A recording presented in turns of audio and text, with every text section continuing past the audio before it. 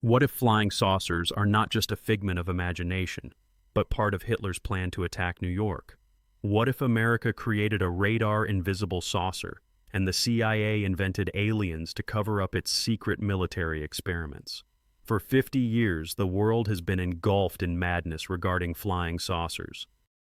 Their appearances have become so frequent that a Briton would sooner believe in aliens than in God.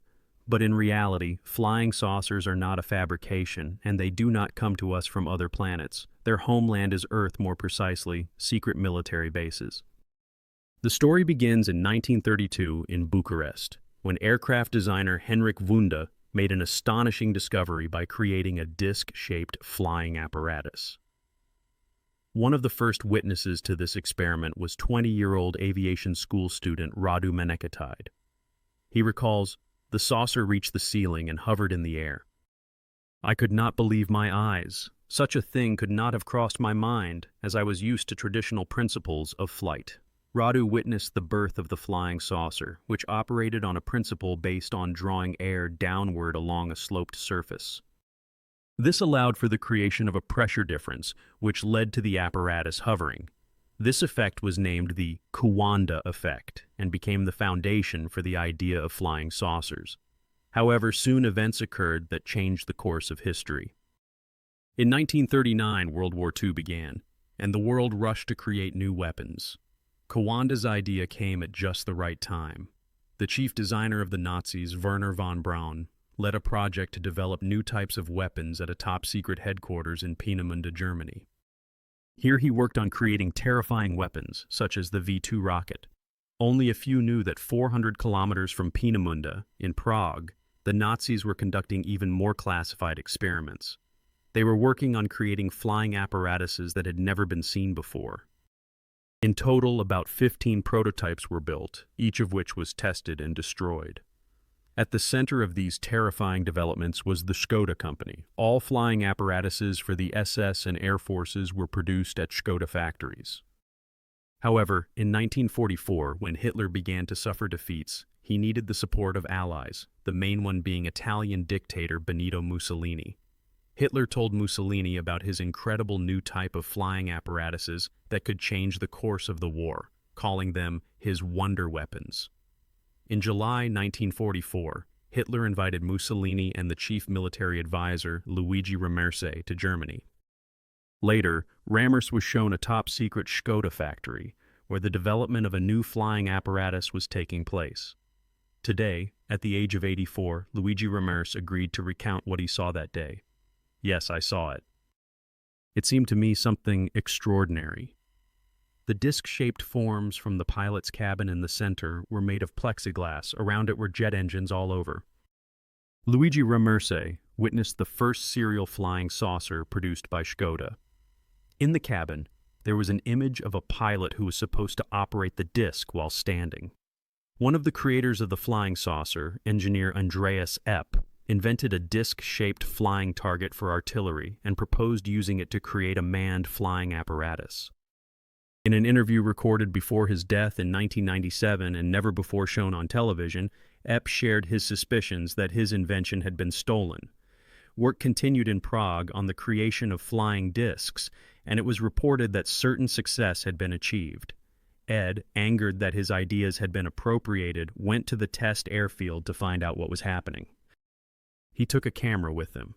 Suddenly, a flying disc appeared in the sky without wings. Ed took a picture, and while he was translating the frame, the machine was right above his head. Ensuring that this design had been assembled according to his blueprints, he took a second picture. Ed was outraged at the thought that his creations had been stolen. Later, he would reclaim the laurels of the inventor, but at that moment, the disc-flying machines remained in the hands of the Nazis. The German flying saucer, as it turned out, utilized the Coanda effect, creating a low-pressure area that literally pulled it upward. It combined the latest technologies, including a helicopter scheme and a jet engine. This machine was fast, versatile, and could carry a significant payload of bombs. However, perhaps its most important quality, especially for a country that had lost many runways due to Allied bombings, was its vertical takeoff. The saucers took off on the principle of a helicopter, with rotating blades located beneath the body of the apparatus, powered by the same jet engines that propelled it forward. These machines were planned to be used for bombing strikes. Everything that was built in those years was intended for destruction. The plates were supposed to withstand the forces of the Allies during the last battle for the Third Reich. Luigi Ramerse, the chief military advisor, claimed that Hitler, in despair, planned to use his secret weapon for a devastating attack on New York. One day he said, "May the Lord forgive me for the last 5 minutes of the war." Hitler wanted to unleash monstrous weapons upon the world, but his plans were not meant to come to fruition. Meanwhile, the Red Army was storming Prague. While German troops were fighting in the streets of the city, scientists at the Skoda factory were trying to destroy the traces of their work. The Russians were advancing, and in a hurry, the scientists blew up the airfield along with the flying plates and other equipment. The devices were pushed out of the hangars, explosives were planted, and they were detonated. The plates burned before everyone's eyes. At that time, an observer noticed 9 objects flying in the sky at incredible speeds. He compared their movement to plates bouncing on water. This strange comparison solidified the name flying plates, marking the beginning of a new era. Public interest in them flared up, giving rise to paranoia. The Air Force intelligence was concerned with the thought that these could be Soviet spy planes. The Cold War was beginning. In Rostock and in the West, public demonstrations of force were organized, showcasing the latest weaponry. However, a parallel secret war was being waged for the possession of scientific achievements and Nazi scientists. Whoever obtained these technologies, remnants of the Second World War, would be far ahead in military technical progress. A struggle for Nazi technologies began between countries, including Russia, France, and Great Britain. This is why the U.S. government was so troubled by the appearance of flying devices that American pilot Kenneth Arnold saw in the sky. A secret document from the FBI archives stated that this proved that Russia had obtained German technology, including the production of flying discs. German technologies had advanced so far ahead of American ones that the Americans feared if the Russians had managed to acquire scientists or blueprints for this secret weapon, then they were now ahead. And as it turned out, the Americans were right. The Russians were indeed building flying plates. Andreas Epp, an experienced engineer from Germany, played a key role in the development of the flying disc. Immediately after the end of the Second World War, he decided to continue his work in the Soviet Union. Epp moved to Rostock, where Soviet agents, aware of his talents, offered him a job. For Epp, who had long remained in the shadows, this was a recognition of his value as a scientist and engineer. In the Soviet Union, Epp focused on the control system of the Soviet flying saucer. His task was to ensure precise control of the apparatus. According to him, the aircraft created in Russia was incredibly maneuverable and designed for flights in various conditions. It had a jet engine which allowed it to fly even in polar conditions. This was necessary as the shortest route to North America lay over the North Pole. America, gripped by paranoia, could not help but notice this fact. Even in Hollywood, it was believed that the Russians were plotting something sinister. A country possessing the secrets of flying saucers could gain control over the skies, and it should not have been Russia. Numerous saucers were spotted in the northwestern part of the United States, especially near the Boeing factories in Seattle, where American bombers were being built, as well as at the Hanford Nuclear Laboratory in the state of Washington, where plutonium for nuclear bombs was produced. These apparatuses appeared over all strategic sites in the United States, and this area was closest to the territory of the Soviet Union, where the appearance of reconnaissance aircraft was anticipated. Rumors of flying saucers began to spread everywhere, and they could not be hidden from either large cities or film sets. The government decided to eradicate these rumors by developing a clever 2-step plan. The first part involved a high-ranking military official completely denying the existence of the saucers. Simultaneously, it was planned to launch rumors that the saucers had come to Earth from outer space. An important moment in this story occurred at a press conference at the Pentagon in July 1952, conducted by Major General John Samford, the head of intelligence for the United States Air Force. His task was to deny any significance to reports of spotted flying saucers. He claimed that the information contained no signs of a threat to the security of the United States. To support the theory of extraterrestrial invaders, the military enlisted the help of science fiction writer, Reserve Major Donald Keyhoe, who backed Samford's position. When asked about new encounters with flying saucers, Keyhoe replied that he believed they were objects of extraterrestrial origin. It was a clever and simple move. Now everyone who spots a military saucer in the sky will think it has come from another planet, while others will just laugh. The press eagerly picked up the theme of aliens from space. The magazine Life, which made Marilyn Monroe a star, also popularized numerous stories about monsters from Mars. Donald Keyhoe's account formed the basis of the film Earth vs. the Flying Saucers, created by the legendary Hollywood animator Ray Harryhausen. According to Keyhoe, the government was conducting experiments to create disc-shaped flying vehicles, and these developments remained secret. Moreover, the government supported rumors that the saucers were of extraterrestrial origin, which allowed them to divert attention from their own secret projects. It seemed that the government indeed showed great interest in the rumors about flying saucers. The film's producer, Charles Schneer, reported directly to the authorities. Once the script was written, it was taken from him, and apparently Chald immediately passed it on to senior management and various specialists in the field of space. While America gazed in astonishment at the skies, the men in black were searching for the truth much closer to the ground. They needed their own flying saucer. Like the Soviets, the Americans were trying to find scientists who had worked for the Nazis. In some cases, they were successful. The Americans captured Werner von Braun, the leading designer of the Nazis, and made him an invaluable part of their military machine. They also acquired a significant portion of the technology and production of V-2 rockets. Playing with new technologies, they realized that their arsenal lacked German flying saucers. This caused concern among the Air Force, as the Russians were ahead of them in this area. The Americans needed their own saucers to level the playing field. In 1957, luck smiled upon them.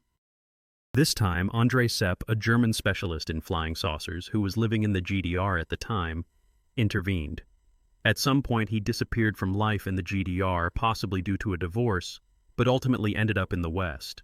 He crossed the border, confessed that he had spied for the Soviet Union, and now wanted to tell everything to the Americans. The Americans immediately arrested him and began interrogations. While in prison, he started to record and sketch from memory everything he had done for the Soviet Union and revealed the Russians' plans for using flying saucers. Having secured the assistance of EP and other scientists, the Americans seriously began to engage in the creation of flying discs. In the late 1950s and early 1960s, almost all major aerospace industry factories, including Boeing, Convair, Lockheed, and North American, were developing aircraft in the disc-shaped form for various purposes. The California division of Lockheed, known for its innovations, was also working on the creation of flying saucers for the United States Air Force. All disc-shaped aircraft had a central engine, took off vertically, then transitioned to horizontal flight, could achieve high speeds, and fly at altitudes of more than 30 kilometers. For that time, this was cutting-edge technology. Lockheed engineers were working on the design of a device, at the center of which was a jet engine that spun a rotor, creating the Coanda effect. Once airborne, the device would change its tilt and transition to horizontal flight at supersonic speeds. However, Lockheed was not the only manufacturer developing this new technology. In the 1950s and 1960s, Convair was one of the largest aircraft manufacturing companies. Like Lockheed, Convair had a secret project, and their public representative became the Hollywood actor James Stewart. During this time, senior engineer at Convair Bob Widmer, who was one of the main developers of the BR-58 Hustler fighter, was working on new projects. In the early 1960s, this fighter became the fastest aircraft on Earth, achieving a speed of 2 Mach, which was twice the speed of sound. But Rob Piedmar was not only working on conventional fighters. In the late 1950s, he was tasked with creating the stealth aircraft, which was supposed to remain undetectable by radar at all 360 degrees. At that time, radar installations in Russia began to merge into a network, and the only solution was to create a disc-shaped device. The radar returns signals, and the disc-shaped object, or flying saucer, sends back scattered and incomprehensible impulses. The prospects of creating aircraft invisible to radar caused enormous excitement in the upper military circles. One day, mysterious figures knocked on Bob's door. He recalls, "When they came to me for the first time, I didn't even know who they were. No one told me they were from the CIA. Here are our badges. I was made a member of the club." Bob realized that this project was incredibly secretive. In reality, the CIA operated much more covertly than usual, as they were not only battling state enemies but also secret divisions of the U.S. Air Force for the right to create spy planes. Reluctantly, Bob agreed to participate in the project to create a radar-invisible disc-shaped aircraft. "I would never agree to such a thing again. Living in such an atmosphere, no way. I could only communicate with a narrow circle of people in established places." The project was so classified that no one was supposed to know of its existence. It was a so-called black project, the existence of which was completely denied. "I lived in absolute darkness," he says. Bob's project was never declassified, and all his records and blueprints were confiscated. Meanwhile, while the CIA kept Bob and his project in complete darkness, another aircraft emerged into the light. In 1961, the world was introduced to the first, according to its creators, true flying saucer, invented by John Frost. The U.S. military needed a craft capable of flying close to the ground, overcoming roadblocks and rivers. However, serious problems arose with the Aerocar, as one of the engineers from the wind tunnel recalls. "We tested the Aerocar in the wind tunnel, but it turned out to be very stable. If you throw a pot lid on the ground with the handle down, it will roll in place." The Avrocar behaved exactly like that. In fact, when the Avrocar was presented to the public, the project had long been abandoned. The Avrocar was not a flying saucer at all, but the first air cushion vehicle. It was merely a byproduct of another, much more secret and ambitious project that was directly related to flying saucers. John Frost was working on the creation of a huge supersonic flying saucer powered by a jet engine under the codename Project UAI-2, or Weapon System 606A. The new aircraft was expected to significantly advance aviation into the era of disc flights, and German technologies were involved here. Frost was aware of the military developments by the Germans in creating flying discs, which possibly underpinned all the aircraft sighted in various parts of the globe. Almost simultaneously, the CIA began funding research work on the concept of a flying saucer that they wanted to build. The military was thrilled with the idea proposed by Frost. By design, the technical specifications of the flying saucer allowed it to fly higher and faster than any aircraft or weapon system. The documents of the HVS do not clearly specify the significance of the apparatus, but mention its possible use as a combat reconnaissance vehicle. The flying disc Avro was conceived with unique flight characteristics that would enable it to easily overcome any air defense systems and destroy enemy aircraft.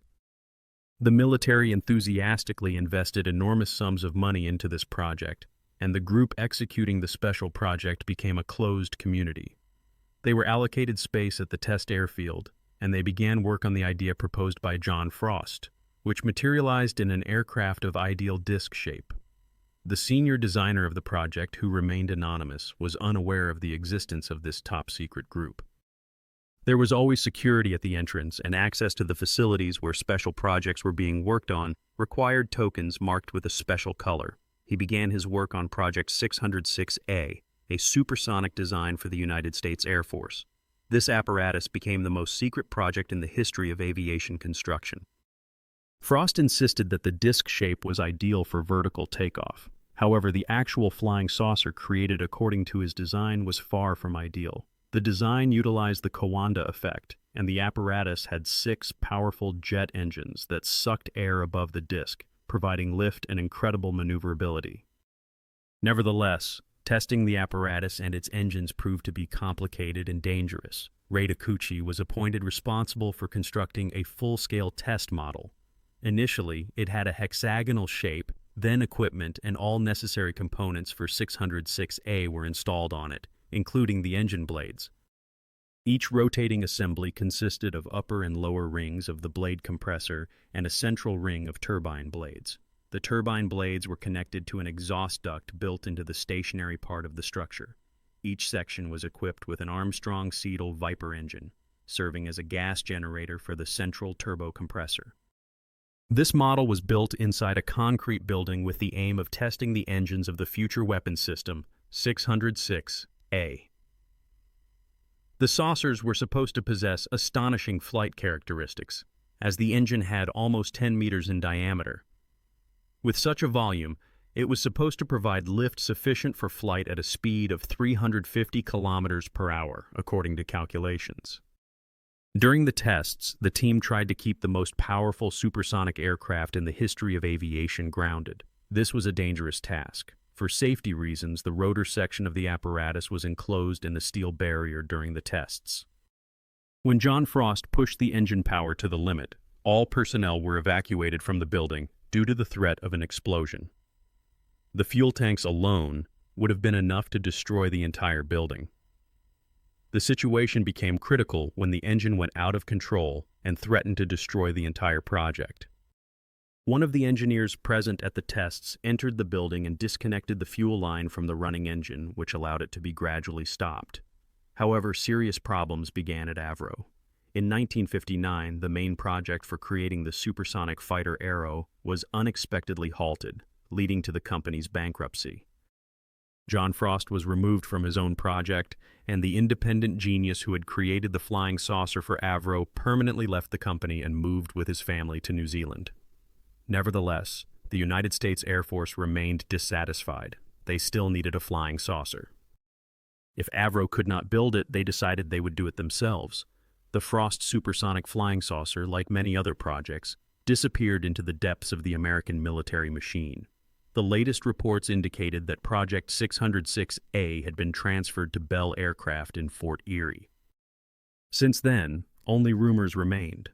After the disappearance of the saucer designed by Frost, reports of unidentified flying object sightings continued to come in. Many found these reports laughable and unconvincing. However, some of them were not the product of a sick imagination. The U-2 spy plane, developed by the Central Intelligence Agency, belonged to the classic black projects. Its creation took 8 years in complete secrecy. It would have remained a secret to this day if not for a disaster that occurred in 1960. The pilot of the U-2, Gary Powers, was shot down over Russia and held captive for 2 years before being exchanged for a Russian spy. The CIA archives related to the U-2 program indicated that 50% of the UFOs spotted in the sky were actually U-2 aircraft. These airplanes flew at altitudes significantly exceeding those at which, according to many, ordinary aircraft could be found. It is no surprise that sightings of these objects caused astonishment and fear. The U-2 failure proved at least one thing. Extraterrestrial beings from other planets became an excellent cover while your secret aircraft crashed or fell into enemy hands. And if your secret aircraft truly resembled a flying saucer, then this cover could be used for many years. When Frost's saucer dissolved into the absolute darkness of secret archives, American ufologists joined forces. At a press conference in Washington, organized by a private unofficial group known as the National Committee for the Investigation of Aerial Phenomena, a long-standing dispute with the Air Force was reignited. The committee became the primary proponent of the theory of extraterrestrial flying saucers. It was led by the writer Fantaz, who first proposed the idea of aliens at a press conference in 1952. 14 years later, he was still searching for little green men. The head of the committee, Reserve Major Donald Kehoe, insisted that the Air Force knew more than they were letting on.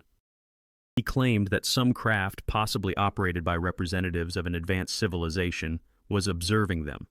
In response, representatives of the Air Force, summoned to a congressional hearing, reiterated that they were hiding nothing. Air Force Secretary Harold Brown repeated, "We are not hiding anything." The situation seemed incredibly simple. Ufologists accused the military of concealing the truth about a possible invasion, while the alien military denied it. No one considered a third possibility, that UFOs could be secret military projects. Fortunately for the government, these enthusiasts were very well organized. They believed that UFOs actually existed, that they came from deep space, and that they were operated by intelligent beings. However, as it turned out, the creation of this organization was accidentally related to a group of shadowy figures. The board of directors included Roscoe, Hill and Cutter, the first director of the CIA, and CIA agent Bernard Carvello. The first manager of the committee was Nicholas D. Roselvar from the CIA's Psychological Warfare Division. When Kehoe stepped down as chairman of the committee, his place was taken by Joseph Bryan, also an agent from the Psychological Warfare Division of the CIA.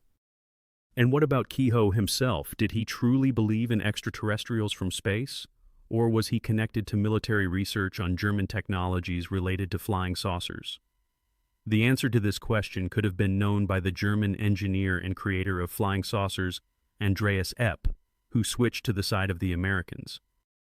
In an interview recorded in 1997, he provided an answer that surprised many. From the very beginning, the Americans tried to keep your flying disc a secret. Major Kehoe, who served in the Pentagon in the UFO department, learned that Germany was developing flying saucers.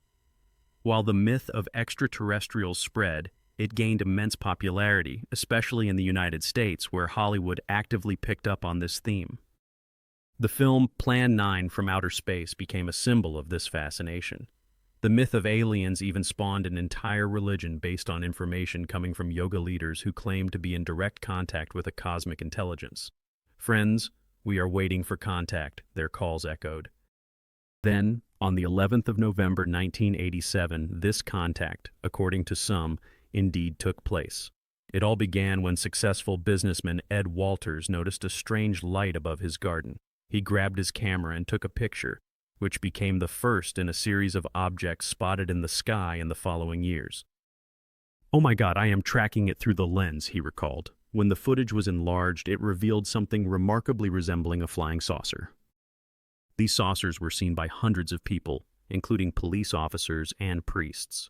"Oh no, look, what is that?" exclaimed the witnesses. Some of them claimed to have seen the aliens themselves. However, one person who saw these photographs expressed a different point of view. He was an expert in the field and knew what he was talking about. The story shifts to the town of Galbraith, Florida, where 17 years ago, the longest series of UFO sightings in American history was observed. Hundreds of witnesses were convinced they had seen spacecraft of extraterrestrial origin, but one person, Boyd Bushman, was sure of another. "Every time someone discovers something, it does not mean it actually exists," he asserted. Bushman, who had designed weapons for 35 years, developed a prototype of the Stinger missile and then worked at Lockheed, the Center for the Development of Military Flying Disc-Shaped Vehicles. He began experiments with a new energy source. "It's just 250 coils in a wire. We took the ends and applied regular voltage to them," Bushman explained. "What happened next astonished everyone. Just like that," he added, pointing to an experimental coil of wire that heated up to a high temperature in just a few seconds. Bushman believed this explained the white glow emanating from the lower part of the objects observed in Galbraith, which he thought were unmanned aircraft. If you change the voltage and frequencies, such a device could very well fly, and fly well, he concluded.